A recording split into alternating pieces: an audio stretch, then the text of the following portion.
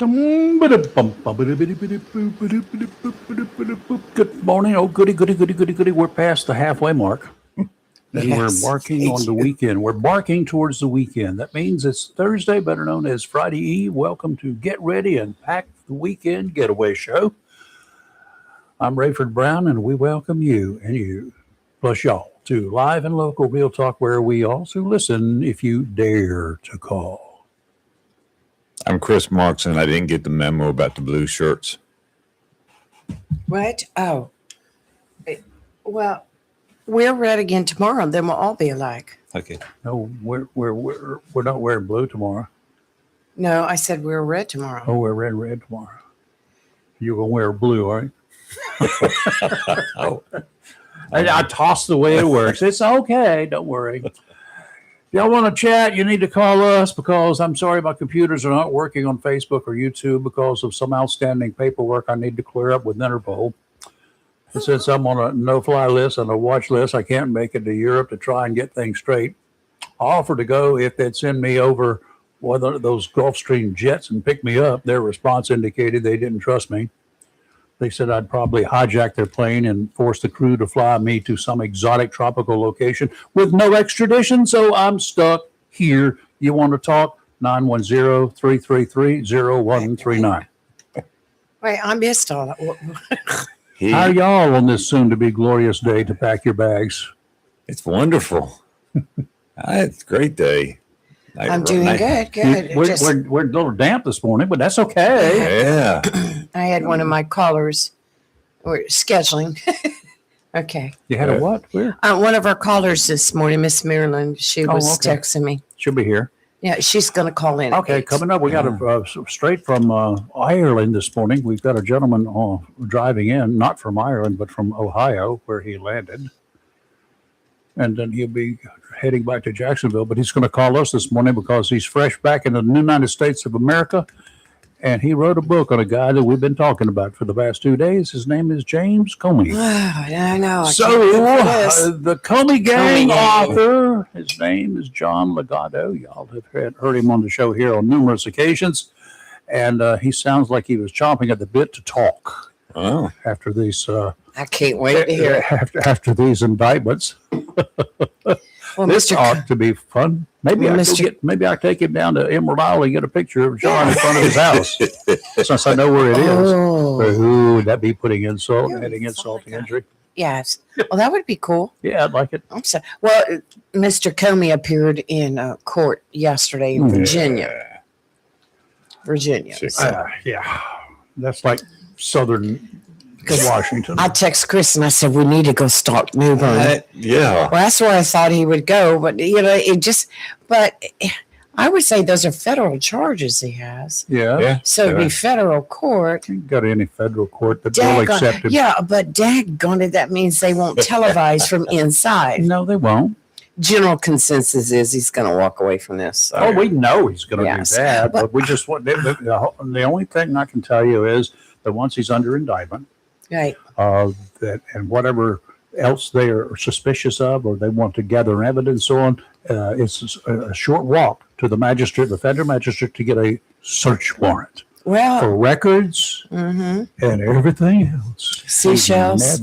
Seashells by the seashore. Have they been to Emerald yet with a with an evidence van? Yeah. No. The question, though, Rayford, you brought up the point that if he was found guilty, he would lose his benefits. So he still receives all those benefits. Of course. Just on the basis that he's just been charged. No, of course. Of course. He's guilty. He's innocent until proven guilty. 10 years. It's going to be 10 years at least. I won't be here. Yeah, a lot of the speculation is it's going to take a while for it to even go to court. And I listened to Jim Jordan yesterday, and he was interviewed, and he said, well, you can have probable cause for a grand jury to indict, but he said the problem is proving it beyond a reasonable doubt. And he said, I just, he just doesn't feel like they're going to be able to do that. Well, you might get 12 Republican jurors. You never know. No, that's never going to happen. Just kidding. I wonder if Sally found him there. Sally collects seashells by the seashore. Very good, Chris. Good job, Chris. I guess I'm missing that part. Oh, remember that? We all learned that in school. No, we all did not. The tongue twister. Sally sells seashells by the seashore. You just screwed down with okay, I did. Sally sells seashells.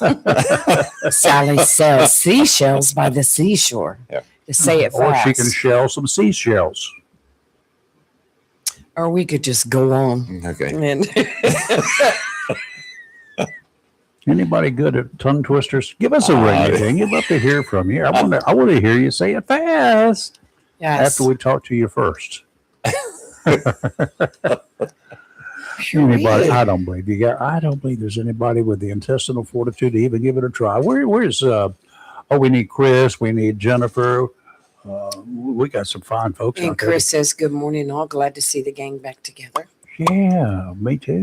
It's Chris. Chris Burt. Yeah, she sent a message last night. So very nice. So Chris, give us a call and let's see if you can say that tongue twister that they couldn't say. You know, she did the national anthem at the ceremony we were at and last she did a great job. Her tongue did not get twisted at all. She did a wonderful job. Vietnam Veterans recognition. Yep. She is honored, and I know they are pleased to have Chris do it every year. Does an excellent job. Yep. Does great. She has.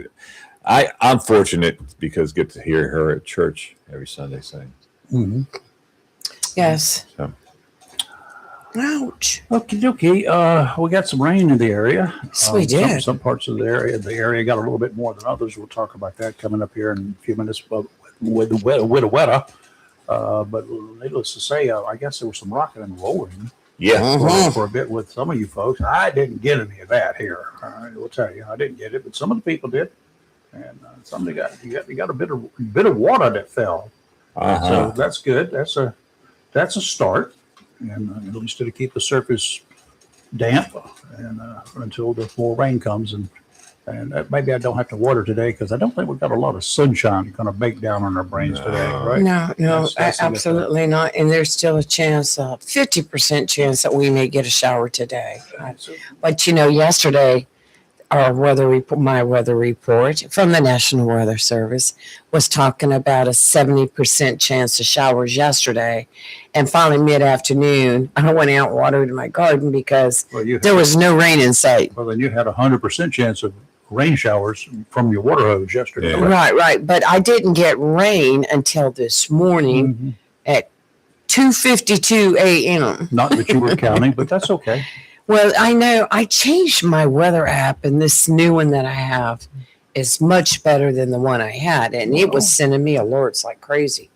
Well, you soon next couple of weeks, I think WCTI will be doing weather radio. Yeah, on matter of fact, next Wednesday. Yes. It will be the 6th of May will be the first one, Weather Radio Wednesday. It's going to be at the Piggly Wiggly store in Richlands, North Carolina. Yay. It starts at 11 o'clock and ends at about 6:30. So come on down, bring your radios with you. If you haven't got one, stop in the Piggly Wiggly. They're going to have some. First to come, first serve. Get there early, get your radios, and the ham radio folks from Onslow County, they'll be on hand to assist Donnie in programming those radios. I mean, a bunch of tech people, they know how to do this kind of stuff. It's second nature to us. And these radios are a lot easier to program than some of those other radios sitting over there, as you know. Oh, I wouldn't know because you do it for me. I was like, you do it. There you go. So is it Rayford, program radios if you have them from before? If you have them from before, Yes. and those things are still worthwhile programming. If you come there and the battery compartment is full of corrosion, they're probably not It's time going to get do a new that. one. There's a good chance it's been destroyed by the acid that's in there. Yeah. And just though, yes, they do have batteries in them, and yes, you didn't know that since you put them in there in 1904. So take a look, see, and if They make batteries like that? Yes, Edison did. And if you if you've got an old radio, go ahead and take the old batteries out of it. Just put some new ones in, and make sure the contacts are clean. There's an easy way to clean the contacts. Mix up a little baking soda and some water and a Q-tip. don't put wet stuff in there. Just dampen the Q-tip with some of that stuff, and after you clean the stuff, the corrosion out as best you can, wipe it down with the Q-tip and the baking soda water mix. That'll neutralize the acid. And then there's a little contact cleaner you can get. You should have some around the house somewhere. Don't put WD-40 in it, please. That's fish oil. But anyway, put a little contact cleaner in there on the Q-tip, please, again, and that'll help keep the corrosion from coming back. Okay. You know, Redford, you were not far off. The concept of the AA battery evolved from early dry cell batteries. French chemist George Leclanché developed the first. Don't do that again. Well, yeah, okay. George. Anyway, this guy named George developed the first dry cell in 1887, which laid the groundwork for portable batteries. Early AA size cells were used in specialized applications such as railway signaling around. Try that one again fast, right? God, such as railway signaling around 1907, representing one of the first practical uses of this size. So yeah, it was a good guess on your part. This is Thursday Tongue Twister. Give us a call if you want to try something. Well, you know, I was doing fine until you made fun of the way I said his name, Leclanché. How do we not know I was right? Because you were wrong. Me. Because you were wrong. Okay, now you're ready to make some people mad. Is it that time yet? I'm ready to get ready. Oh, I know you've been chomping at the bit. Go right. Really, I'm not so sure there is any truth to those claims about Trump derangement syndrome.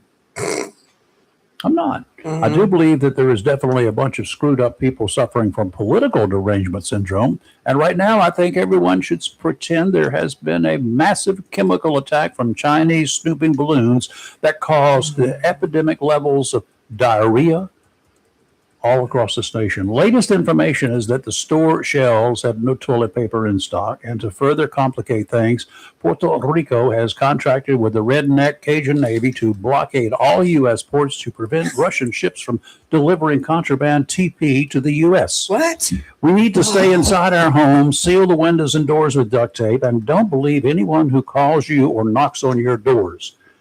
In the Raleigh area, Apex to be exact, cops were called who called the SBI bomb squad and SWAT when a driver pulled into a car wash with a message on his back glass. The message read, "Tell Donald he is fired. 5 dead, 5 years. 3 Navy teacher and trucker." Not sure what the number 3 represents unless it's 3 assassination attempt, but the word trucker was misspelled, if that matters. Police took the dude into custody. Police did not offer any explanation for the words on the card. They had no clue other than to say it was political in nature. The car did not have a North Carolina tag, definitely out-of-state registration. Political derangement syndrome number 1. Case number 2.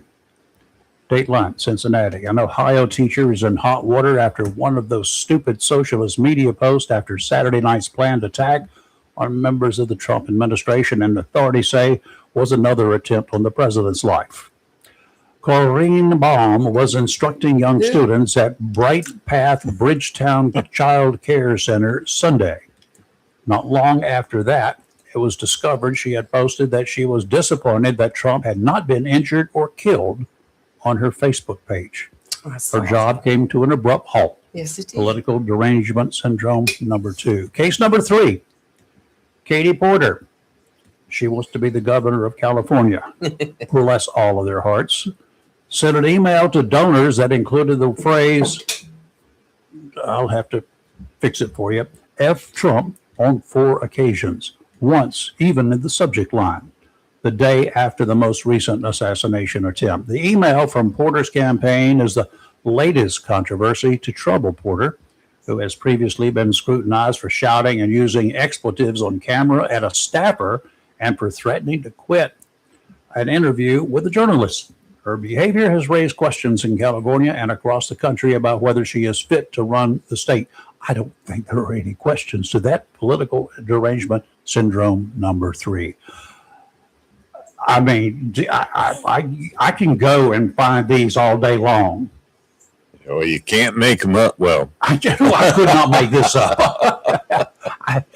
Is all of this hate and discontent being generated because a guy named Trump defied all odds and was elected not once but twice to the highest office in this country? Is that what's fueling all of this mess? A guy named Trump, a non-politician, actor, like Ronald Reagan. Oh, yeah, an actor, an abrasive actor, a guy with a lot of money. Is he the reason all of this political hate and discontent has erupted across this land? How can one man do that? I'm not sure, regardless of how powerful the president's position is, that any one man should be able to alienate so many people that they just lost their crap.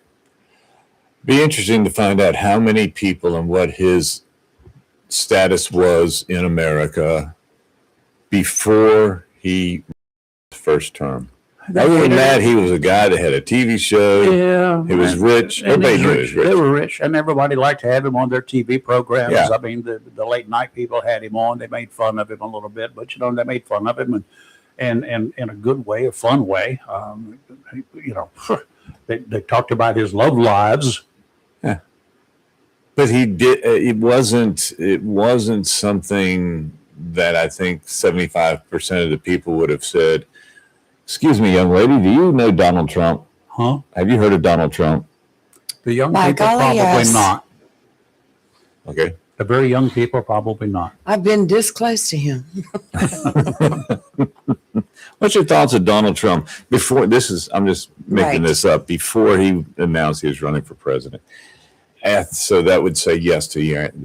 Mm-hmm. Are the people that are expressing these strange things, political derangement syndromes, number 1, 2, and 3, are they not so ticked at Trump as they are at the people who elected him? Are they just not? Maybe they're not ticked at Trump. Maybe these people who, whatever her name is in California, Katie, is that her name? Porter or something? Mm-hmm. Are they not so ticked at Donald Trump himself, but at the people who voted for him? In other words, they're not mad at one person. They're mad at millions of people. Wow. These are the people who continue to support him in spite of their wishes, because there is a certain element, 50% of the people in this country don't like him, but 10% of the people hate him, apparently. And they think that the rest of America who elected him is wrong. They think everybody should listen to them. Are they all named Karen by any chance? Oh, do you know that's been changed to Jessica now? Jessica or Karen? No, I know some nice Karens, but I don't know, whatever. In political times when presidents were unpopular way back when, organized opposition made plans to find someone else who could defeat that man in the next election. They did it in the normal, right sort of way. They found somebody popular in their party, and then they started promoting him. What had that 10% of the other half done? So-called Democrats. Who have they got so far that they can? Oh yeah, that dude from California. Oh yeah, good. No chance. Bless your heart. No chance. But in this case, the deranged folks, like the previous cases mentioned, pretty much cast some doubts on this country. I cannot imagine any man or any woman who could make me so mad that all I could think about day in and day out was killing somebody, killing a man, one person, or wishing them dead. I can't think of anybody in this country, all of them put together, could make me that mad that I would want to do that. Now, if there was somebody who was like an Adolf coming to power, that we would work on that one. Yeah, that's the way it goes. If I lived in Iran, I'd be working on several. But, and I'm sure that there are some elements over there who are. But I can't think of anybody that could make me so mad that I would wish them dead. Can you? No. No, I mean, you're a nice guy, but I'm me, and if I can't think of it, I know you can't think of it. No, I can't. Those folks have some serious problems, in my personal opinion, and I'm not a shrink. And like convicted sex offenders, you ready for this one? Uh-oh. Maybe they should be on a list requiring them to register and have their addresses added to a political derangement syndrome list so we will know if they live in our neighborhoods. Oh, God. What? Maybe they should be on the same type of list Right. that sex offenders are on Uh-huh. and have to register when they're diagnosed with political derangement syndrome so that we would know who they are and where they live. Well, I think back to when they talked to the neighbors of the people that have been arrested. Oh, they were very quiet, very quiet. Didn't. Oh, you mean the nut jobs that went over the edge? Yeah, yeah. They obviously were very quiet. They were very quiet. They lived. They kept to themselves. Yada yada yada. They didn't read their Facebook posts. In other words. Yeah. The other thing I've noticed is they're all very young. And when I say very young, younger than 40. Yeah, that's pretty young. Whether or not that has anything to do with the fact that they have 40 years or less of hate built up inside of them towards this one person or just towards society itself. How can they form those kinds of opinions and feelings and go that far off the deep end in that such a short period of time? Especially when you had that break. You had a 4-year break between his first term, his second term. Yeah. And then all of a sudden you went through a time period of hate, cool off period, and then come back to hating somebody. If the Democrat Party thinks that counting on these individuals to roust the masses to vote against whoever runs in 2028 as a Republican is going to work if you don't have somebody in place to run against whoever is chosen, presuming it will be J.D. Vance at this point in time, right? Mm-hmm. But if you don't have somebody in place strong, really strong, then you're going to have a problem in 2028. My ex-fellow Democrats, what's wrong with y'all? And we had one of our listeners just comment, they're no longer a Democratic Party. They've evolved into the American Communist Party. I cannot disagree with them. I don't like to call people communists without them having some kind of degrees in communism or signing some papers somewhere, but they certainly display some of those actions and those traits, don't they? Okay, let's take a look at the weather. Want to know what's going on in the ocean just in case you want to try your hand at catching some of those beautiful Spanish mackerels that have invaded coastal waters? Well, I'll tell you, you better wait. A weak low pressure system will pass offshore later today. A stronger low pressure system will lift along the coast on Saturday. Some disturbed weather with a good chance of rain. The forecast for waters out to 60 nautical miles today. Northwesterly winds 10 to 15 knots, becoming northerly this afternoon. Seas 4 to 6 feet. A chance of showers and a slight chance of thunderstorms again today. Tomorrow, 10 to 15 knots. Seas 5 to 7. Chance of showers in the afternoon. Saturday, no southeasterly winds, 20 to 25 knots, becoming westerly in the afternoon. Gusts up to 30, seas 5 to 7, building to 6 to 9 in the afternoon. Showers and a chance of thunderstorms. Don't do it. Now it's a good day to go to John's Low Eats. Yes. Today, a chance of showers and thunderstorms, mostly cloudy with a high near 76. Light and variable wind becoming north 5 to 8 miles per hour in the morning. Chance of precipitation is at 50%. Tonight, partly cloudy with a low around 50. Friday, a slight chance of an afternoon shower, mostly cloudy with a high near 72. And Saturday, rain. High near 64. New precipitation amounts between 1 and 2 inches are possible. We need it. We do need it. Times 10. We'll take it. Yeah, absolutely. I'd like to have it spread over 4 or 5 days. Yes. We don't need it all at once because it just runs off and takes the topsoil with it.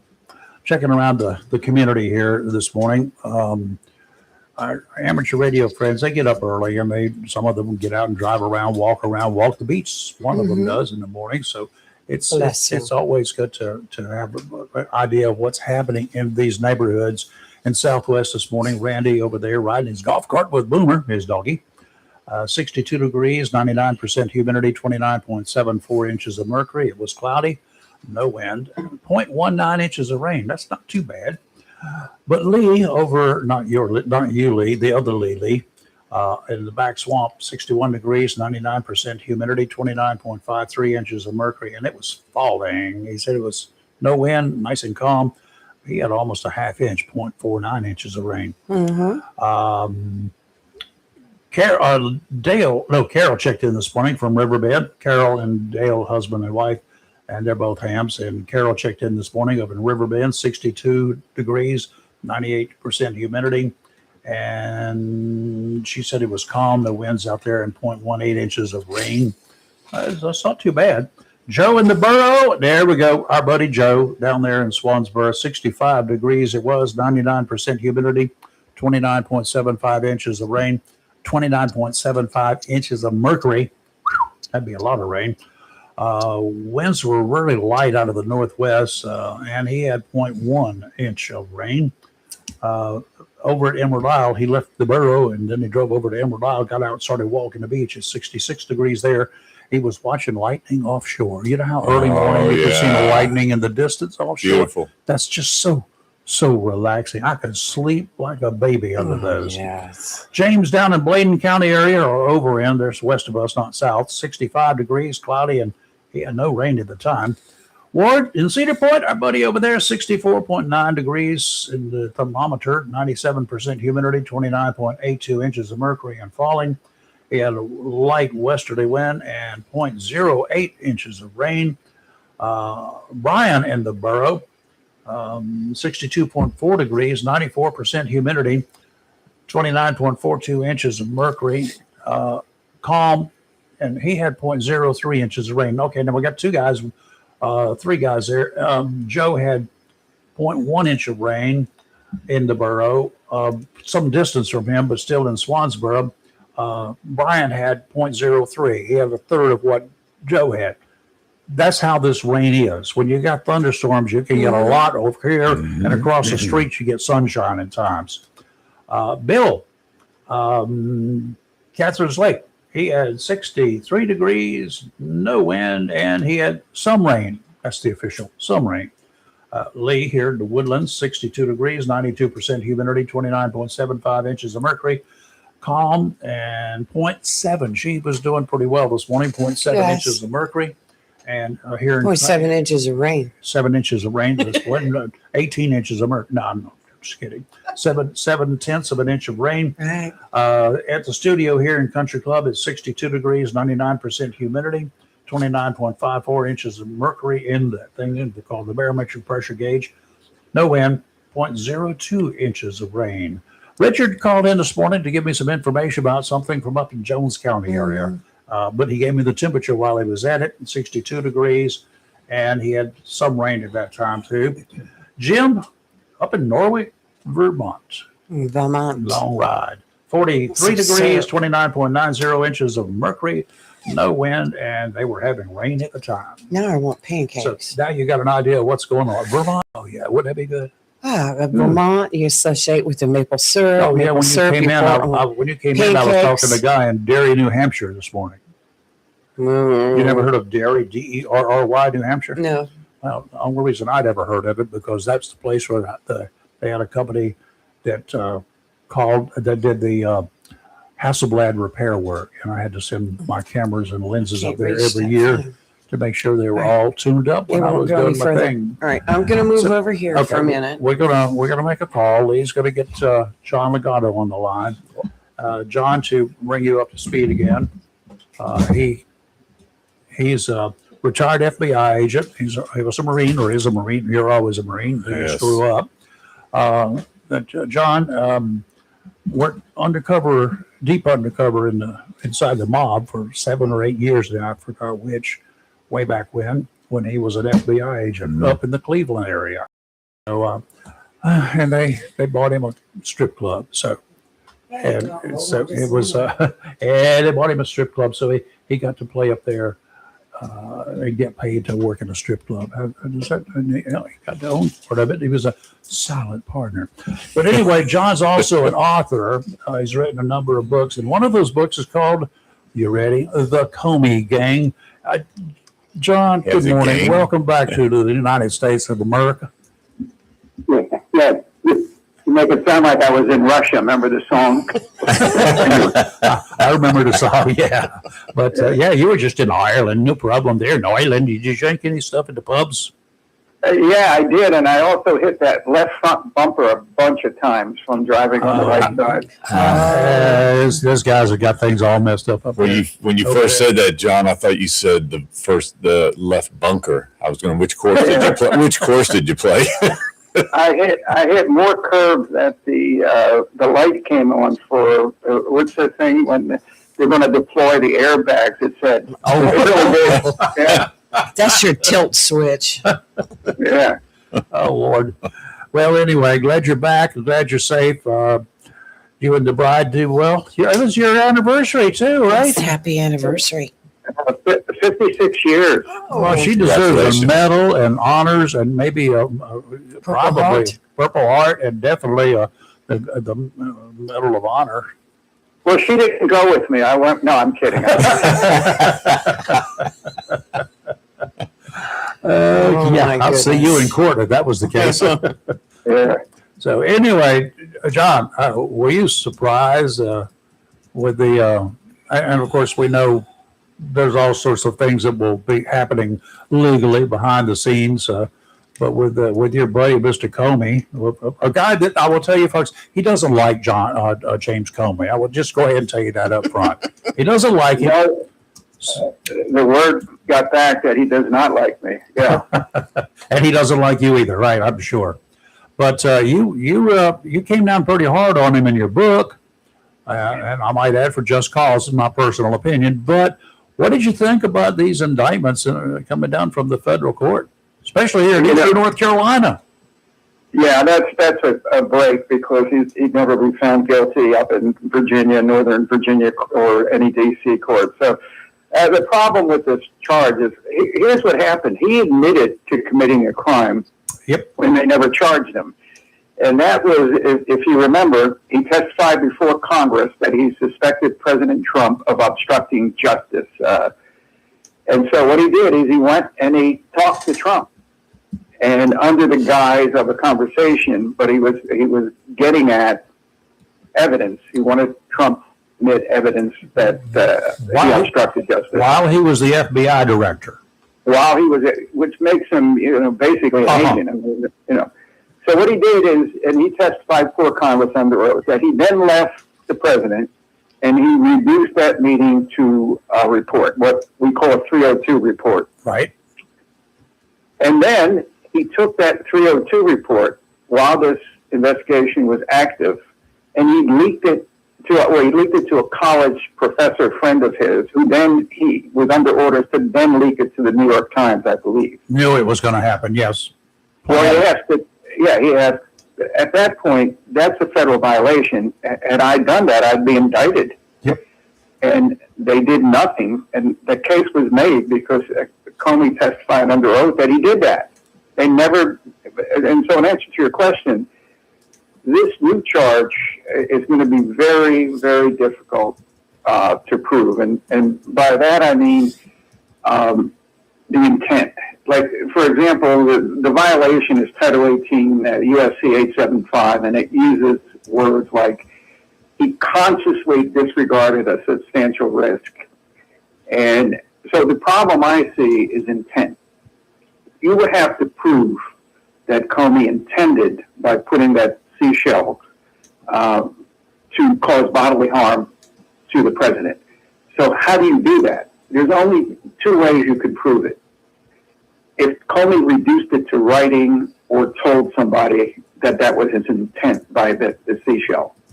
Minus that, all Comey has to do is not take the stand, but have his attorney. So, for example, to prove this, somebody from the FBI has to get up on the stand and be the accuser. Right. And they have to present evidence that Comey substantially knew and intended this to happen. So all we would ask this agent is, can you read minds?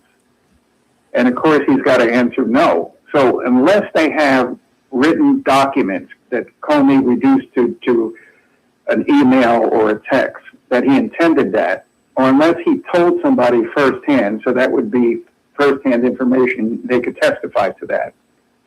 I don't see how they could prove it. That's just my opinion. It'll be a tough one, and we said that from the very instant I saw the charges. However, given that they did bring, get an indictment, they can get search warrants if they can show enough reason to get a search warrant, enough evidence, probable cause to get a search warrant, and they may come up with something. If they come up with something, then they're in like Flint, then, right? Well, yeah. Look, let me explain the federal grand jury system. Unlike state and local, there are usually 16 to 23 people when you're in a room, right? Right. And an FBI agent goes, and I've been in before many grand juries. You can testify for hearsay. So, in other words, I can testify in that grand jury what every other agent did. They don't have to directly testify because you don't have to face your accuser in a grand jury. So it's just you, the prosecutor, the stenographer, and the grand jury. That's it. There's no defense attorney. The defense attorney is not there in that case. They're not there. So the grand jury just hears my side of the story. And so what happens is you testify, and then they ask you to leave the room.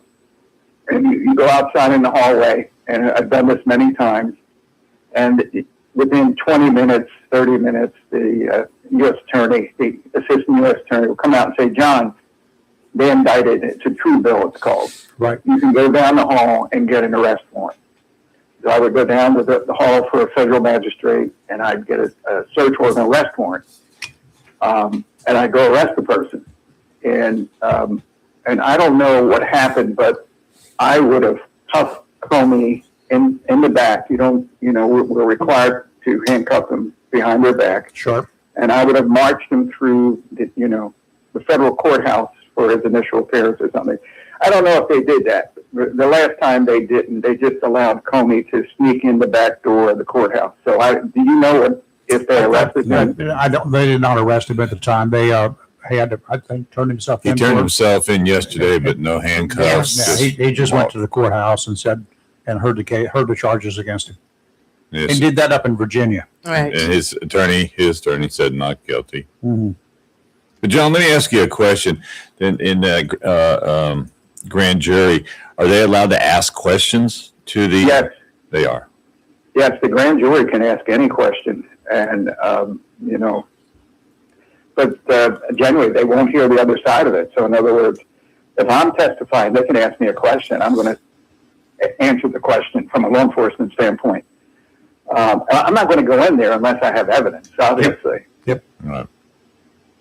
So, the evidence on the surface is easy. I mean, the seashells are there. He admitted that he put the seashells there. And, it's up for the interpretation as to what 8647 means.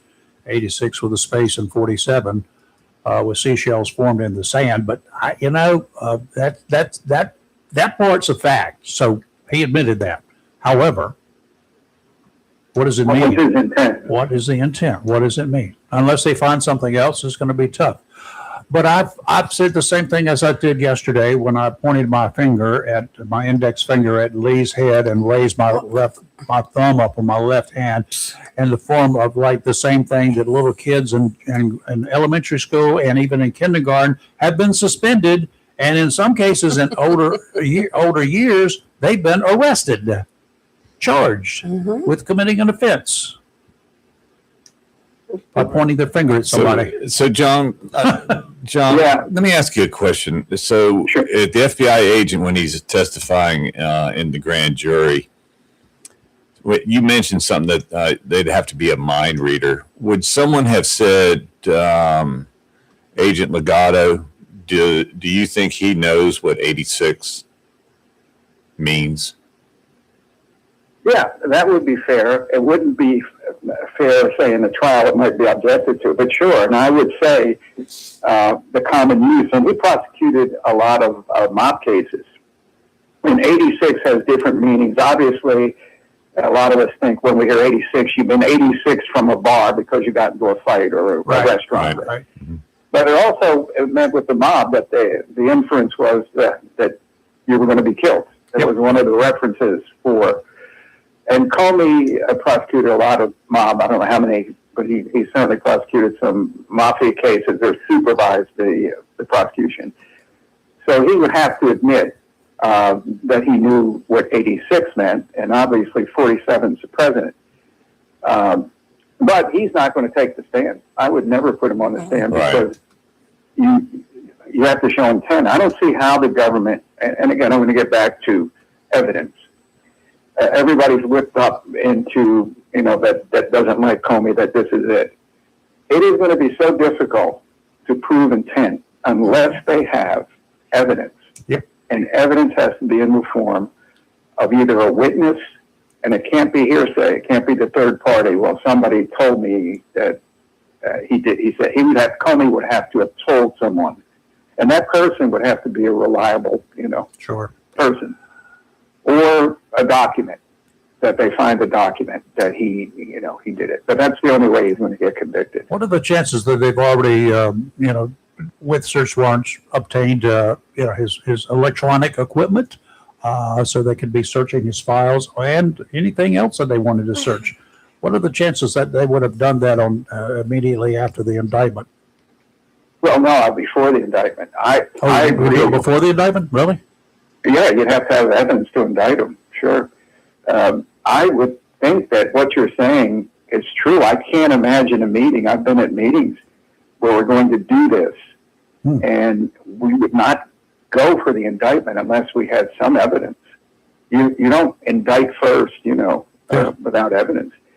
So I can't imagine the meeting where the U.S. Attorney and the FBI office got together, the FBI's the investigator. That's the other thing. Let's get this straight. The U.S. Attorney's office is not an investigative agency. The FBI investigates. Yep. And here's the other thing with the Clinton, the email thing, is that Comey came out and said, so what happens is we investigate and we do facts. We do not do opinions.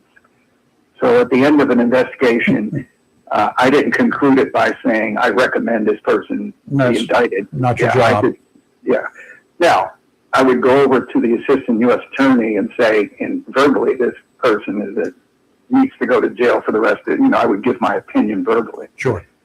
But they then take my prosecutor report and they have three options. They can say to me, John, you need some more evidence. Go get me some more evidence. Mm-hmm. That's one option.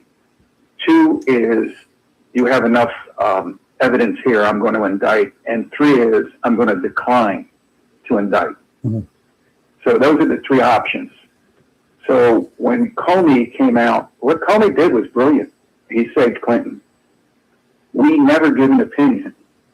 FBI Director Comey, so what we do is we take the report and give it to the U.S. Attorney, and they decide those three things.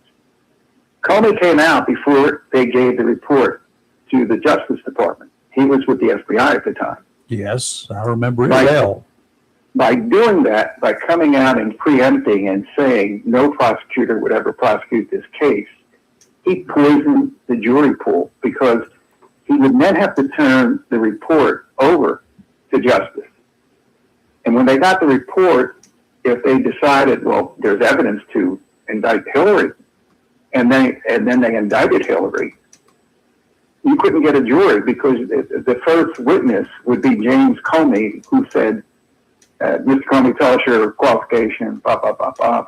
Did you not say that you didn't think there was enough evidence?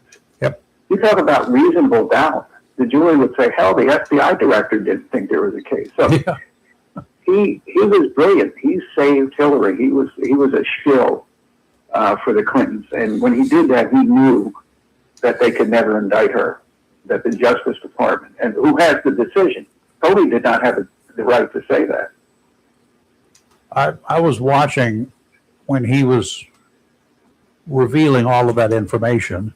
And I'm saying, okay, he just laid out a whole case here where this woman is as guilty as sin. And then he dropped that little bombshell at the end, but I don't think she can be convicted. What? I mean, I just fell through the floor. Yeah. Who does that? Well, somebody that's protecting the Clintons. That's apparently, here's the other thing people don't know. And this was in the book. So then what happens is Trump fires Comey. And then this Rosenstein, who's a snake. Do you remember he was the acting attorney general? Oh, yes. He runs upstairs and he tells President Trump, first of all, he went up and said, I'm recommending Mueller for FBI director after he had served 12 years. I want him back. And Trump said, no, I don't think so. So then Rosenstein said, listen, I got this guy. He's straight down the middle. Oh, His name's Christopher Wray. Yeah, right. And Christopher Wray would be the best. He would support you. He went on and on and on.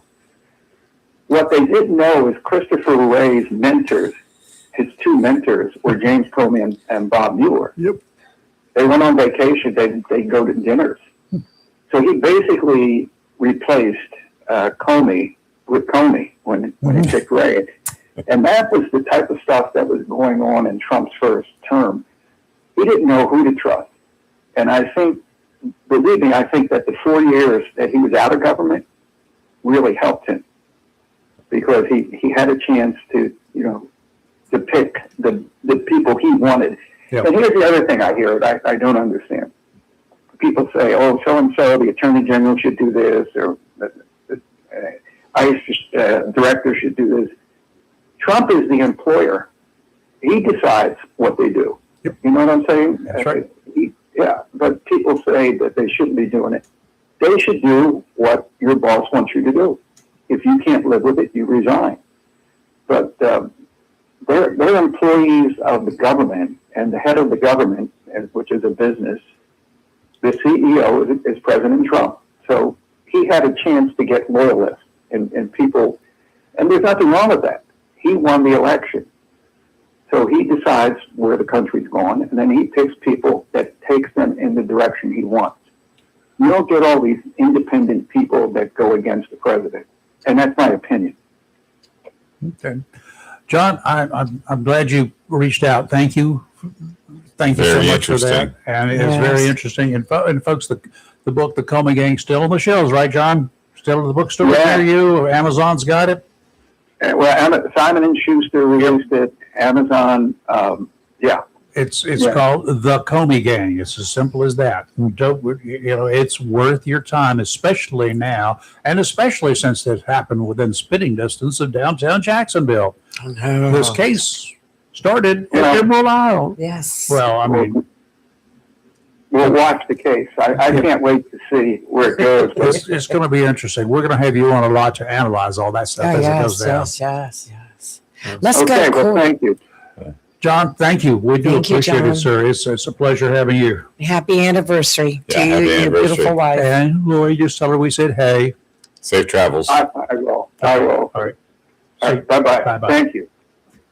Maybe I get John. Nice. Maybe we can rent a van or something and let's all go to federal court when Comey goes. We'll use John as our ticket in. We're going to a rider van or something? Yeah. Let's go. They'd get us for hauling drugs or something. Can you see Comey's face when he turns around and sees John Legato sitting there? I think I'm going to talk to Johnny and see if he wants to take a little ride. Let's take a ride. John, let's take a little ride. I want to go up here and show you. Yeah, have you been surf fishing lately? And let me show you a good little spot to go. No, I want to go. I want him to take us to court when Comey goes in there. I want a published picture. Well, let me tell you. In front of the sea. Comey has already said that Comey's attorney told the judge yesterday that they plan to file motions accusing the Justice Department of selectivity and vindictiveness. To prosecute their client. They've got vindictively. What? Boo-hoo. Yeah. Boo-hoo-hoo. I don't know, but 910-333-0139 before Maryland. comes in. Yeah, Marilyn B. Collins. And then Papa Top after that. Thank goodness. You know what? Chris Miller is so gracious, always moving around his call for us. You can call now if you want. Yeah, you can call now, Chris, if you would like. What if, like most homes have cameras on them? Mm-hmm. What if they were able to access that camera's history and go back and show video of him on the beach placing the he's seashells? admitted that. He's already said he did that. He didn't mean anything by it. Nothing to it. No big deal. He just picked 4 numbers out of the book. And if nothing else, here's my defense. It's used quite often when you want to throw out stuff from the kitchen. You want to 86 the stuff out of the refrigerator. Okay, well, just throw it out. Just get him out of office. Throw him. There's nothing illegal for that. But he knows, as John just told us. That's right. He prosecuted cases. Remember, he was a prosecutor. He was prosecuted or led those cases against the mob. The mob. And their terminology, they 86 people. And you know what? Shall we go back to that guy who used to, be a Teamsters union rep? Remember him? I remember Jimmy. Yeah, here, there, and everywhere, you can say. A little bit here, a little bit there, a little bit underneath this pile of garbage, whatever. He's 86. We know that. And Comey knew what it meant. And when he put it down there, he meant what he said, in my personal opinion. Put me on the jury. Of course he did. Let me ask you this. Yes. People in the field of law enforcement, especially FBI, they know what 86 means.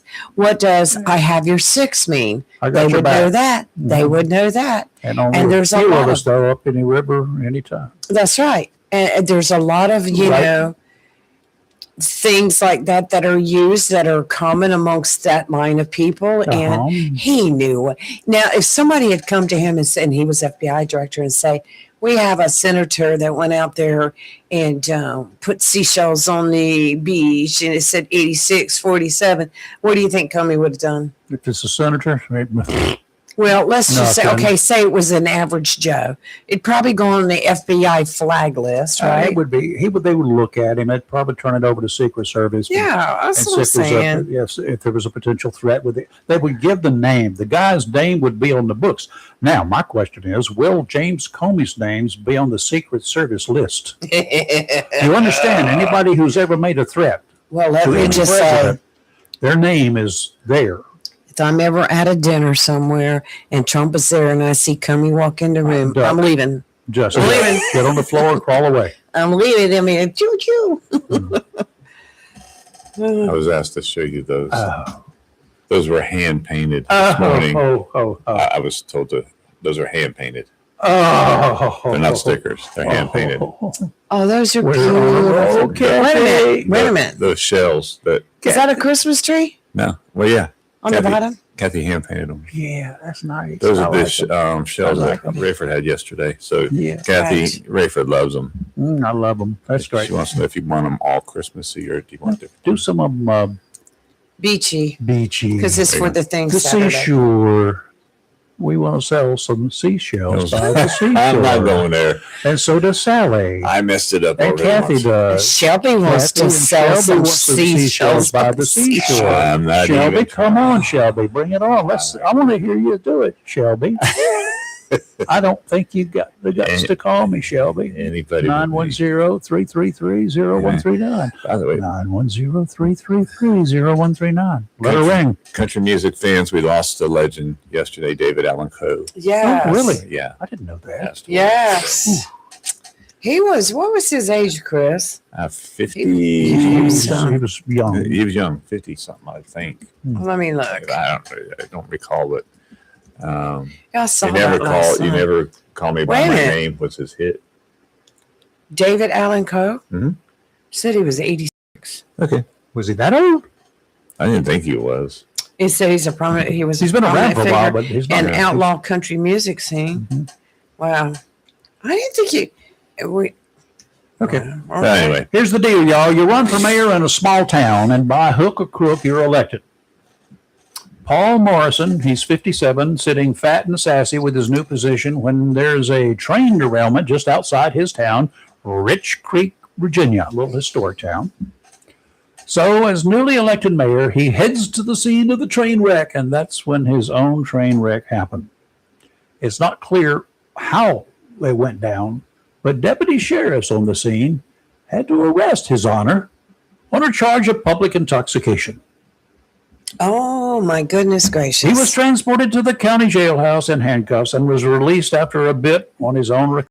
That's typically what happens after you sober up. Morrison was elected as a write-in candidate. Now would be a good time to talk about how important every single vote is. It's Timmy. Every single vote is important. Only 11% of Onslow County's registered voters turned out during early voting, the write-in voting, or on election day for the March primary. 89% of the registered voters do not care about tax rates, how your money or my money is spent, how your children or grandchildren are taught, and under what conditions they're taught. As a result of your miserable performance in performing your civic duty, I propose that the county commissioners check public registration polls and double the tax rates of everyone who did not vote while reducing the tax rates for the 11% of us who did vote by 90%. All in favor, say aye. Aye. Hey, Timmy. Hey, don't let me forget, I need to come back and talk about something that we talked about before on elections. Okay, don't let me forget, Timmy. Chris. Don't let me forget. I got to tell you something about that 11%. Did I blow up or something? I'll sign that petition. You like that one? All right. Your audio level is down somewhere about 0 to 0.1. How about now? A little less worse. Yeah, when Timmy called, I said, Right. you know, we do Can you hear me now? Now I got you, Lima Charlie, good buddy. for Miller. I wanted to tell him that, I don't know where the swinging singles over there in the chair got it, but he was 86 years old. He is 86, yeah. Well, He was maybe 86. he's still a swinging single, but anyway, at 86, Yeah, we got him. well, he won't never, No, Chris will never live that down. No, he won't. Not if we can help it. No, sir, I got it wrote down in red. Right here on the dash of this Mac, right here, wrote down red. But yes, I Glad keep I it every don't have day. anything. Where are you? Where are you going? What you doing? I am in the middle of trying to get on Camp Lejeune, and the best thing I can say is the way this crowd's got it set up right now, we are not on 24 waiting to get in. Ain't that sweet? There's 4 lines right here trying to get checked in. But hey, we're not on the highway. They don't have it snaked either. It's just straight on right now, right? Yeah. It's it's going to be like that, y'all. I get paid by the hour. I don't care. Did you have to refuel before you got there to be sure you had enough to get on the base? And Yes, off? I did. Okay. And I got a real bad pet peeve. I stopped at one of the fuel stops, and I always stop because I brought this truck to the house yesterday evening. And this morning I stopped at one of my favorite places to fuel up. And now on the truck part, they have a $300 limit. Huh? That's all you can get is $300 worth of fuel. Then you got to stick your card back in and redo it all again. And Really? I walked in. I said, "What are y'all doing?" Well, the company wants $300 limit. I said, I can understand it if it was out front, but we're getting that. I said, "Honey, do you know how many gallons I can hold if I'm in?" And she said, "I said I said I can't get fuel but 3 times a day on my card." I said, "That's the most I can get." And I said, "I've already used it 3 times. I had to do it twice for fuel and once for that. So I'm done. If I need fuel again today, I'm out." Mm-hmm. And they just, I said, I hope to God I ain't got to go to South Carolina. My boat holds 300 gallons. Yeah. That's not that much. We got in a big argument last week. I didn't want to throw this out. They were talking about, fuel tanks on trucks. Yeah. And one of them said, "Well, I want 200-gallon tanks on each side." I said, "Have you got a hazmat endorsement on your license?" "Well, no." I said, anything over 120 gallons, it's got to be placarded. None. I pulled out my little FMCSA book, and I opened it up, and I said, "Read that." And, oh, boy. And here we went. That ain't right. Well, it is right. I mean, you got to follow the rules. It's the way it is, whether it's right or not. That's what's the way it is, dude. That's the way it is. But talking about David, real quick, David Allen Coe, his singer was "You Never Even Call Me by My Name," Yep. And that was the most requested song back when I used to sing. And I was singing at the end, and oh my gosh, Maryland, they go crazy. But I just want to throw that in. Y'all have a good day. You too. Have a good day, Tim. Timmy, Go nowhere. Timmy, thank you, sir. Thanks, Tim. All right, Safe travel. Get out and check your tires while you're there. Have a blessed day. Yeah, I need to squirt the dirt too, but I can't do it right here. Just because, just go ahead and do it. Yeah. All right. Have a Y'all. blessed day. You too. Hey, we have on the line. We have Miss Marilyn. Ledoux. Yes, she's Ledoux. Hello. Good morning. Hello. Good morning. Good morning to you all. How are you? It's so great to hear from you again. Been a long time since we talked, since I saw you, Marilyn. I know, Rayford. I'm glad to be back in connection with y'all and appreciate so much you letting me come on and invite people to our National Day of Prayer gathering. Yes, ma'am. That's wonderful. So tell us about it. Where's it going to be? What time? And how do we dress? Comfortably. I think the good Lord doesn't care how you dress. That's exactly right. He put us here naked, so can I go that way? Rayford. No, I think we'll let your wife dress you. Okay. All right. Just checking. Right.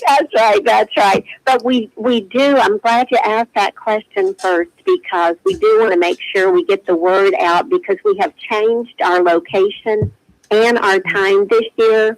We have been meeting at noon at the Beirut Memorial, but we are going to be at the Jacksonville Commons Amphitheater. Oh. That's located in the Jacksonville Commons recreation area, but it's really just behind Marine Chevrolet on Western Boulevard. And so we're going to meet there at 6 p.m. in the evening, and that's on a Thursday night, May the 7th.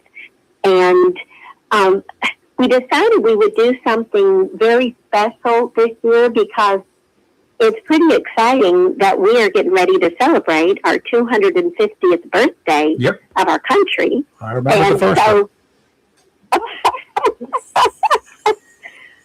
I'm old. Well, with National Day of Prayer, it's really wonderful that it comes just a few weeks before we celebrate this birthday, because we really need to take a pause in our country, even before we celebrate, to stop and remember where we came from. And this year's theme is seeking God in all generations.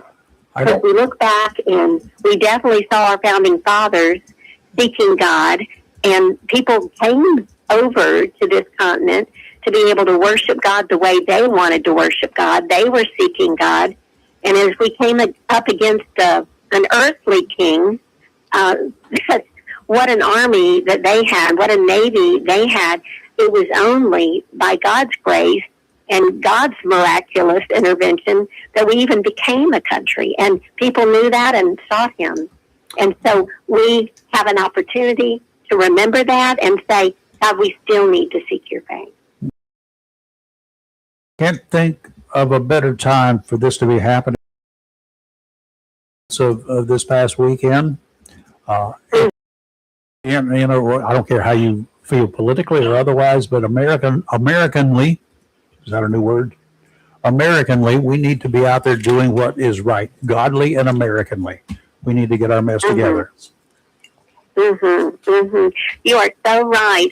It seems like in this country, there has been such a feeling of hostility, a feeling of division. You listen to somebody and you're deciding, are you friend or foe? And if you're foe, you want to just shut that person down. Hatred arises. But what we've got, when we have the Lord Jesus Christ in our hearts, we've got his word to us that says, love your enemies. It says each person has a value all their own. It says love one another. And so getting back to that and remembering where we came from, looking to the Word of God, seeing what God tells us and how to live, the transformation in many, many hearts on both sides, saying, okay, we can love each other even if we have different opinions on things, and we do not have to have this culture of division and hostility. We could be civil and still do, I call it battle, but it's not a battle as in war. But we can still be at odds with each other politically, spiritually, if you so desire. I mean, look at the Baptist Church alone. I know them fairly well. Okay, they get mad at each other. You just go out and form another Baptist church. Not a problem. Come on, am I describing this right or right?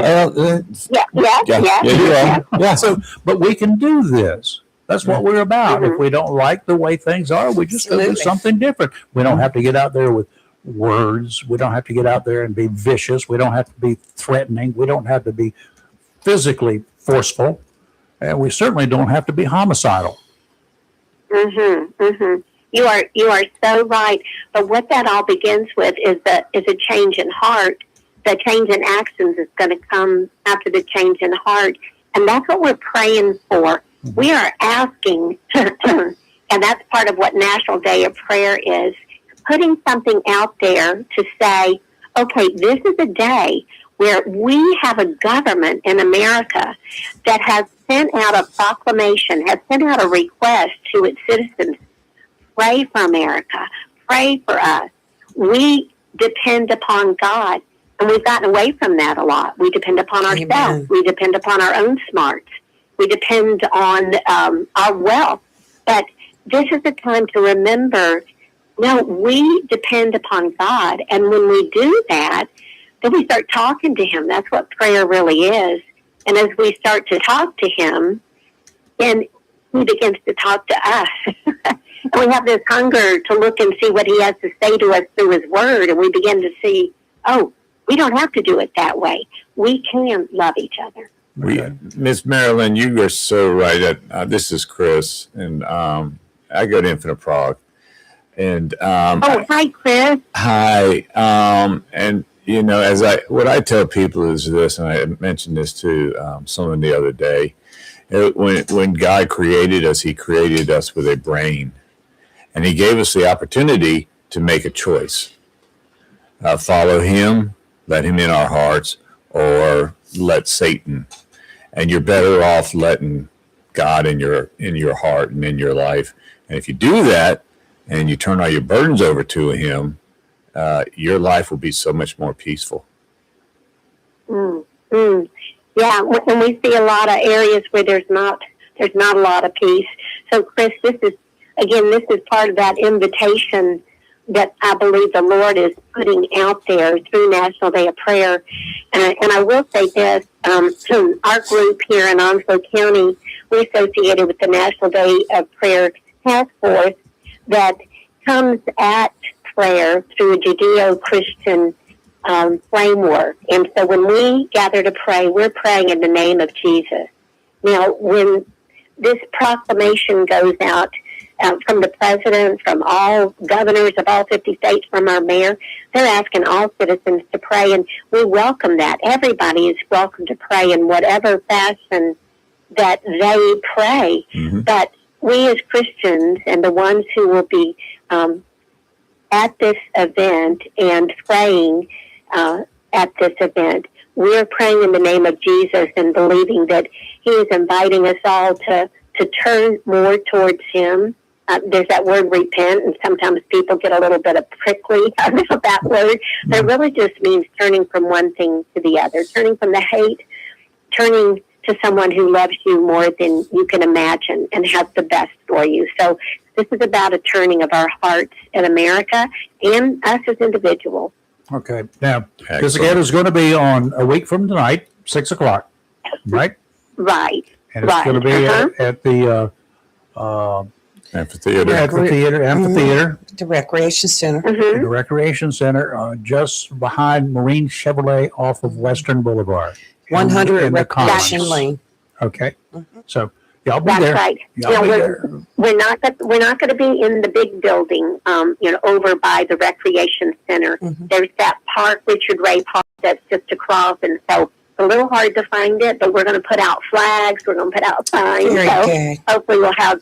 But I do want to tell your listeners too. I'm very excited. This is happening not just at the amphitheater. This is happening in thousands and thousands of places all across our country. And that's one of the most exciting things about it. This is something that our nation is embracing. You could be in Alaska or Hawaii, Massachusetts or Florida, and there is a place where you can go and gather with other believers to pray and just show, hey, we're one. It's not just me praying in my living room. It is us as a community. We are going to depend on God and seek Him. So even in our county, at Sneads Ferry at 6 p.m., they're going to gather at the library in Sneads Ferry. In Richlands, they're going to gather at 8:45 a.m. at the town hall. And out Swansboro Way, they're going to gather at 6 p.m. at the Carteret County Speedway. Oh, So yeah. even in our county, we've got several opportunities to gather together. And I'm excited about what we can do in Jacksonville. Right. Again, our mayor will be there with his proclamation. We've got city council members, commissioners, senators. No. Oh, singers. Oh, yeah. Yeah, singers. Yeah, we've got Liberty Christian Academy. Okay. I love the fact that we're going to have young people who are going to be there with us, as well as the River of Life worship team leading us in worship. Yay. And then we are going to pray. Oh, very good. Nice. Sounds like a great thing. I do notice that you did not mention two locations. One Los Angeles and one Washington, D.C. Have you given up on them yet? Leave Miss Marilyn alone. Hey, guess what? They're there. And if anybody goes to nationaldayofprayer.org, you can find your location Everything, in yes. Los Angeles and in Washington, D.C. So they're everywhere across the country. All right, very good. Had to joust you just a little bit there, Marilyn. Okay, Marilyn, thank you. Thank you for Thank your you so time. much, as always. All right. Thank you. We appreciate y'all so much. And God's blessings on each one of you. Thank you. We Have do- a blessed day. Thank you. do appreciate your call. Thank you. Yes. Bye-bye. Thanks. I do want to make a correction on the address. It depends on what side of the street you're on, but it's actually 1300 Commons Drive South, That's what which I is right there at the Same recreation. place. Same place. It's just across the street from me. But with the Got signs, two addresses. yes. Well, if you're in a corner, you can have two addresses. And then she said the same day in I've got 15 addresses Richlands. I use. And Never use the same address twice. yeah, the day in Richlands is the Richlands Town Hall, and that My is name is at James Comey. 8:45 a.m. on May 7th. Would you stop it? And I'm still, I don't, John. I'm calling John. We're going to federal court. We're going to federal court. Whenever it happens. Yes. Before Chris calls. Yeah, let's go ahead and knock her out. Knock her out of the ball. Kind of cloudy, which I am absolutely, because the rain that came in overnight last night is not Yes. going to be evaporated right away. Right. That's the good thing Yes. this morning. So I know normally a day like this is dreary. I think it looks like a blessing in disguise waiting to happen. How does that sound? That's good. A weak low will pass offshore later today. A stronger low pressure, though, is going to lift up and come along the coast on Saturday. Disturbed weather, good chance of rain. Makes for a rotten forecast on the water, though. Be careful out there. Out to 60 nautical miles today. Northwesterly winds 10 to 15 miles per hour. I'm sorry, 10 to 15 knots, a little bit more than 10 to 15 miles per hour. Becoming northerly this afternoon. Seas 4 to 6 feet, a chance of showers with a slight chance of thunderstorms. You want to ask me how to figure out the difference between knots and miles per hour? Go ahead, I'll tell you. Friday, northeasterly winds 10 to 15 knots, seas 5 to 7 feet. You know what that is in inches? Multiplied by 12. Increasing chance of showers in the afternoon. Saturday, southeasterly winds 20 to 25 knots, becoming westerly in the afternoon, gusts up to 30. Seas 5 to 7 feet, building to 6 to 9 in the afternoon. Showers with a chance of thunder boomers. Today, a chance of showers and thunderstorms. Mostly cloudy with a high near 76. Light and variable wind becoming north 5 to 8 miles per hour in the morning. Chance of precipitation is at 50%. Tonight, partly cloudy with a low around 50. Friday, a slight chance of afternoon showers. Mostly cloudy with a high near 72. And Saturday, rain all day, high near 64. New precipitation amounts between 1 and 2 inches are possible.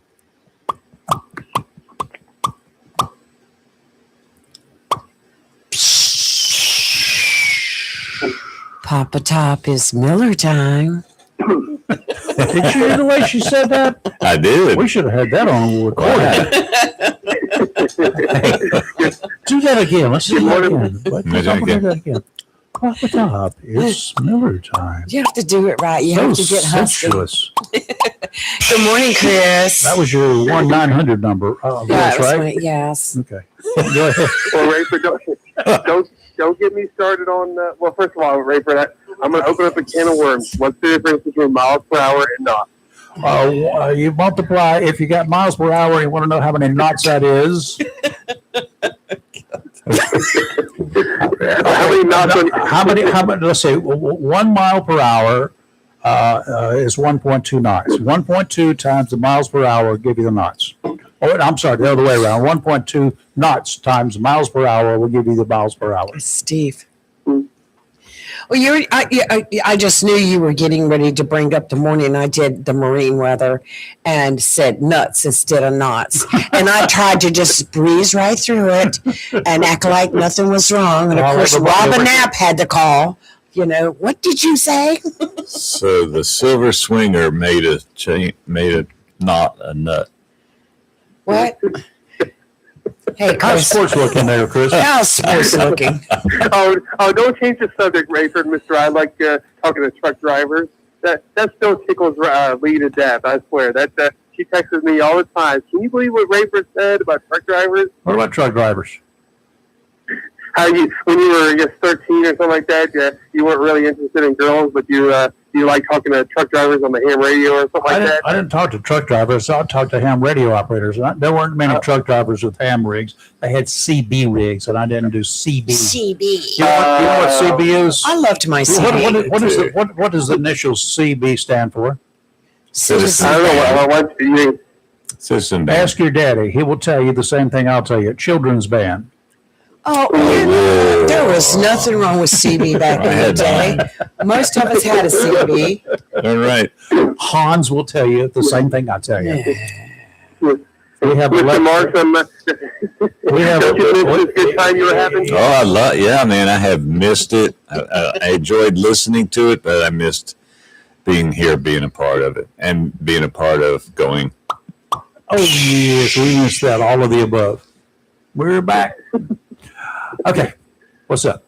Hey, what's happening in the world of sports? Who do we have going to championships now?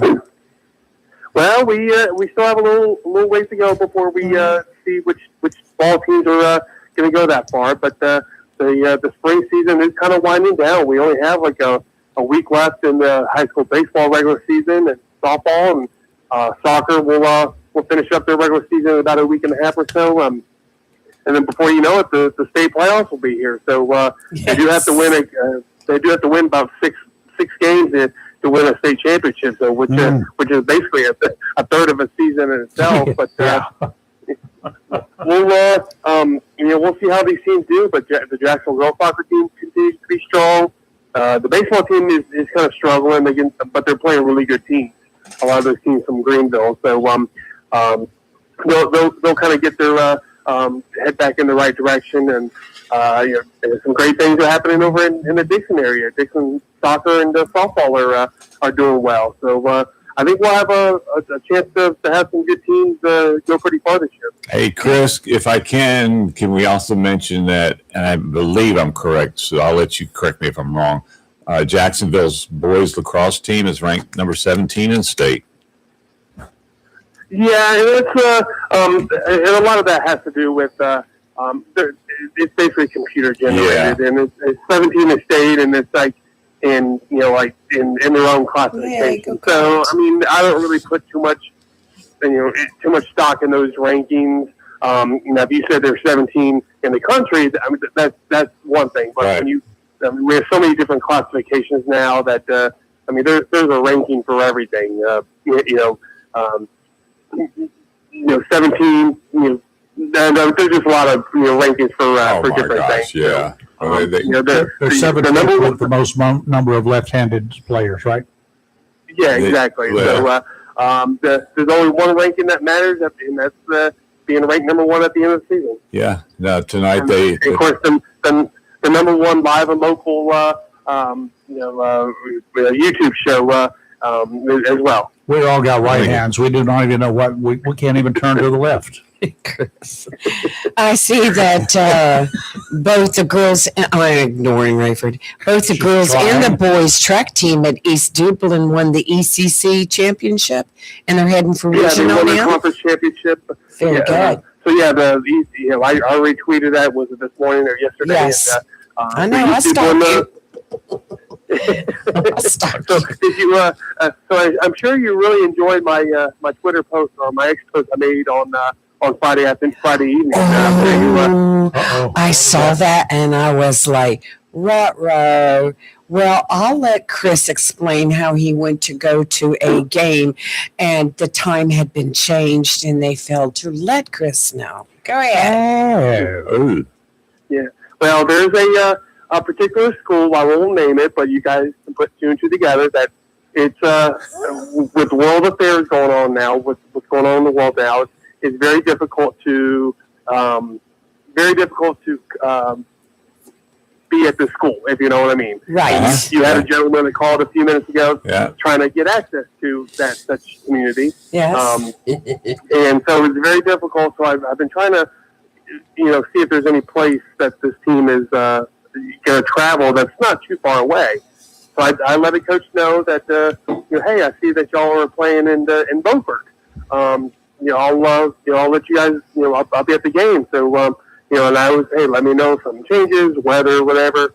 And then the coach said, no, we're playing Friday. So I made the trip to Beaufort and prepared to cover a 6 o'clock game and. Everybody's leaving, and what's going on? They said, "Oh, we played at 4."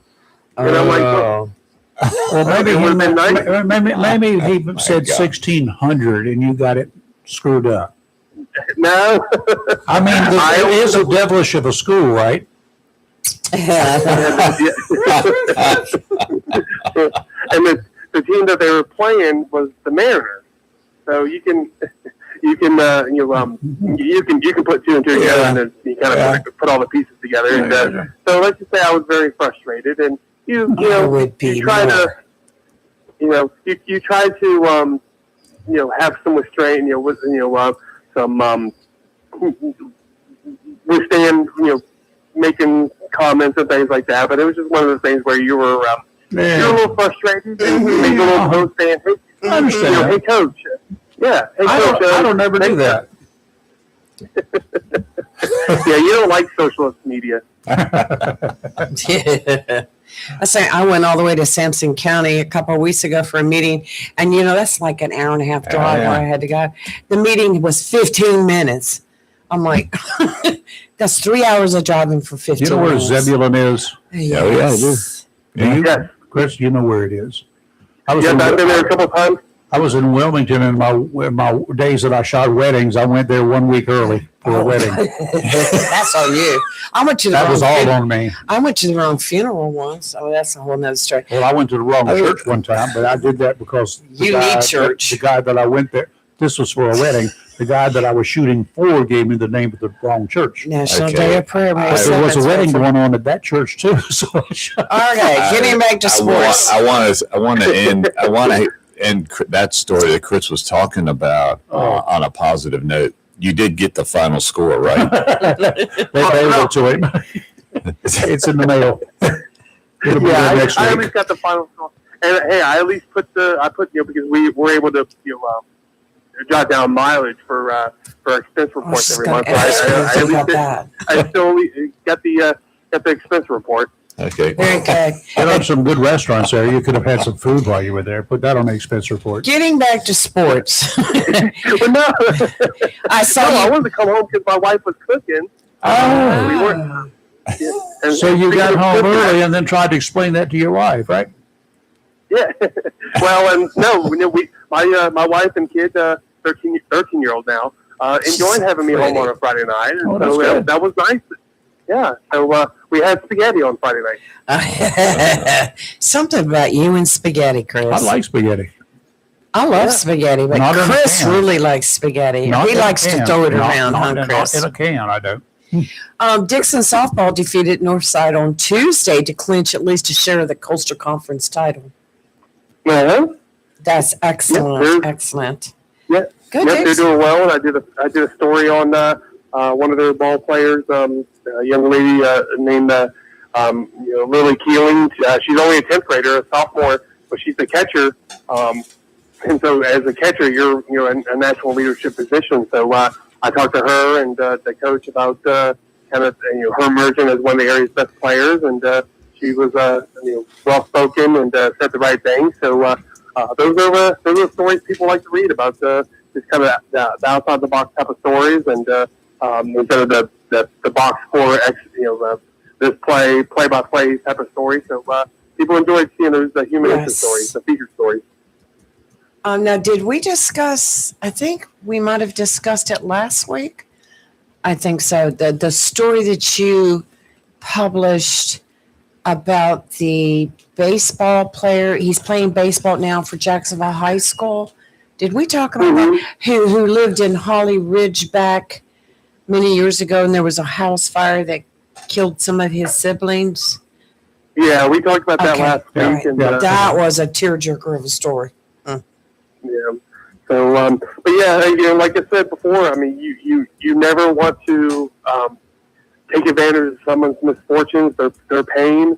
Right. But then again, Rayford, you know all about this. I mean, you present it. Don't use it to your advantage. Use it to their advantage. Yes. For them. It's not for you, and that's what too many reporters do. Good for you to way you handle it. Well done. And that's how you handle it with care, and you're very delicate, and hey, I know you're hurting, and I know, is there something you would like to sit down and talk about? And believe it or not, there are people that it kind of helps as a coping mechanism to talk about it. Absolutely. And so, but if they don't feel comfortable, you say, okay, no, I respect it, I understand, and you move on, and you don't push the issue. So, yes, we've had to do type of stories like that before, and I think that it definitely is a learning lesson. Well, I've had to do a few like that, but then I've also had some other people that I wanted. I kind of was forceful in asking them about what they were doing. Of course, they had handcuffs on at the time, but they're a different breed of people. They're fair game. Yeah, and I've always said before, there's you handle high school athletes and high school ball coaches. You have a job to do, but you also understand that coaches are not getting paid a lot of money, and that these, if a high school ball player makes a mistake, they're 16, 17, maybe 18 years old. Absolutely. They're not getting paid. They're not getting paid millions of dollars. Yeah. They're human beings. They're kids.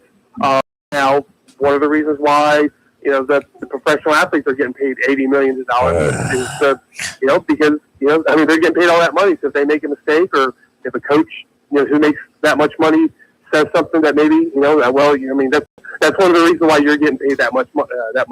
So big bucks, I don't need you boo-hooing to me. Yeah. Yep. Not just their coaching abilities, there's everything else about them too. Well, here's one that Chris posted yesterday. It was in the Daily News. Former Jacksonville resident Jeff Creighton to fight in MMA Netflix event. Mm-hmm. Wow. He's a Jacksonville native? Who's he mad at? Yeah, well, I've done a few stories on this young man. He's 30 years old, lives in the San Diego area, but he went to he went to lived in Jacksonville for several years, probably from elementary school up until high school. I think he moved maybe after his freshman year, but a lot of people still remember him and his family.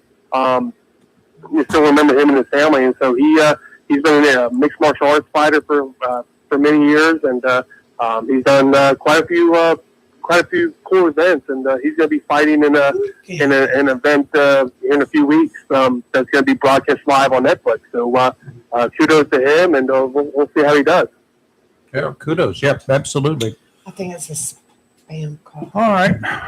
Chris, we do appreciate it, sir. Thank you so much. Good talking to you again, All right, my thank friend. you, Mr. Marks. Welcome back. Thank you, Keep my up the good friend. work, and I'll see you around. All All right, take care. partner. Bye. And for Have a those blessed day. interested, you can follow Chris Miller on X at Chris Miller at JDN Sports. You keep up with all the local happenings as far as high school sports and other things. Yeah. And the other one's Charlie.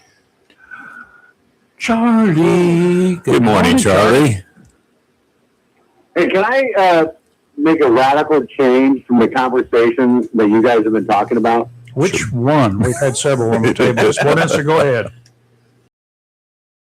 Flip it around X, formerly known as Twitter. I know it's going to be called X. Right. There was a guy named Raphael Samuel, and in 2019, Who? he made headlines for his intent to sue his parents for bringing him into the world without his consent. He basically said that he aimed to raise awareness that children are not property and are born for their parents' pleasure, not their own. It seriously got me thinking. If a man and woman get together and they have children and they bring a child into the world, what do they expect for that child? What the- He doesn't want to work. He believes that his parents should take care of him because selfishly they got together, they procreated, they brought him or her into the world, and they are responsible for him. Are they responsible for him, or are you going to like, Charlie, let's call another day? It's actually got me thinking. They're responsible for him until he or she is 18 years of age legally. But why not forever? They brought him into the world.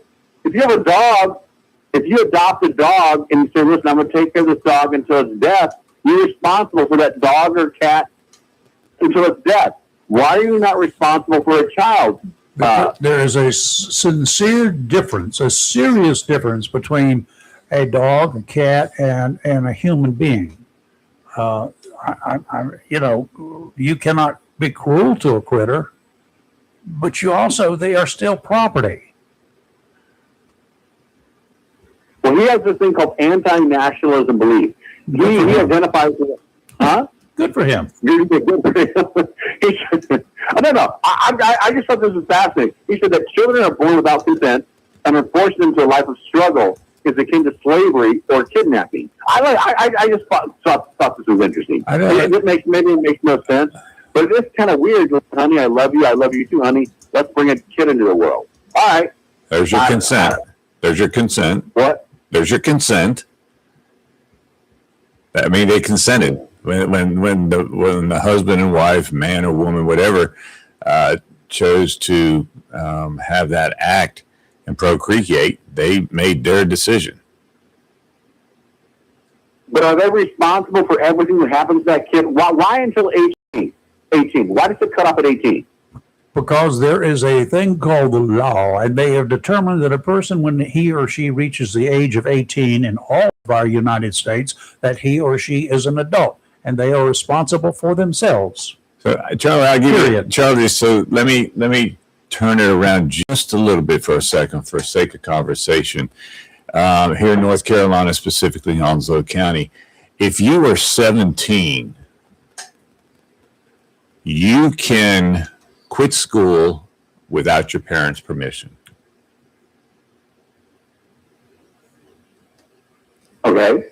Okay. So at 17, and you quit school and you've made that decision, yet your parents have said, I want you to stay in school, and you choose not to, then they no longer have the responsibility of taking care of you because you've decided you're going to take care of yourself. Do you think Raymond, did we talk about those e-bike riders the other day about how the parents are responsible if their kids kill someone? There are some civil cases where parents can be responsible, and also and crosses over into the criminal world if they allow said young'un to have access to one of their deadly weapons. It's driving me nuts. There's a case in California right now. I think a 13 or 14-year-old kid. Maybe I brought this up. I was going down one of those whatever bike paths, and it drives me nuts because I live next to the middle of these bike paths. I'm terrified now to walk on these bike paths because these 13, 14, 15-year-old kids, they're driving these monster motorcycles, and they're modified to go 30, 40 miles per hour. Zoom! They fly by you. If you walk in front, you have no clue. So right now, I think he's an 80-year-old former teacher in Orange County, California. He was hit by a 13 or 14-year-old boy. He's in the hospital right now. He's going through serious problems. He may die. They're holding the mother and father responsible. These things drive me nuts. They drive me nuts. I hate these things. And I think I told you, I spoke to one of these parents once. They're on the bike path. I'm like, hey, why aren't you in the street going 30 miles per hour? He goes, well, that's too dangerous. I can't go in the street, but I'm going to be in the sidewalk. I hate these things. Do you guys have them in your neighborhood? Do you see these kids? I don't think I've seen any monster bikes. I know that they are out there. We have great kids in our neighborhood. Right. Wait a minute. You don't have kids driving these e-bikes? E-bikes, yes. I haven't seen any that have been modified as like you're talking about it, but I know that they do them in other areas. I just haven't seen them here. They may be doing it, but I haven't seen them. I've seen the e-bikes, Charlie, but most of them have stayed on the roads. No, okay. So you guys live in Andy Griffith territory. Where I live, you've got these 12, 13, 14, 15, 16-year-old kids with these $600-700 bikes going 20, 30 miles per hour down sidewalks, going down bike paths. No. We live in a place where we have law enforcement. And we're not allowed to ride them on the sidewalks. We have cops. I have to move to your community. I live in a horrible community. We're drama-free. Get out. Get out while you can. You can take your girlfriend Shelly and go to the seashore and pick up seashells. Seashell. Hey, wait a minute. When you say seashells, are you talking about James Coney, 8647? Yeah, we've already talked about him. That's what he did here. You know what's funny about James Comey? You guys know what I'm talking about, right? Killed Trump? Yes. Yeah, we had wine till about 7:30. No, but I was thinking about our conversation. First of all, none of you or I are going to win the lottery. What are the chances of some random FBI director coming across seashells on the beach that spell that out? It's just so odd, James Comey. I love the fact that they're going after this parasite. I love it with a passion. I want to see this parasite suffer. Hey, do you guys ever watch The View and listen to these? No. Well, I don't watch it.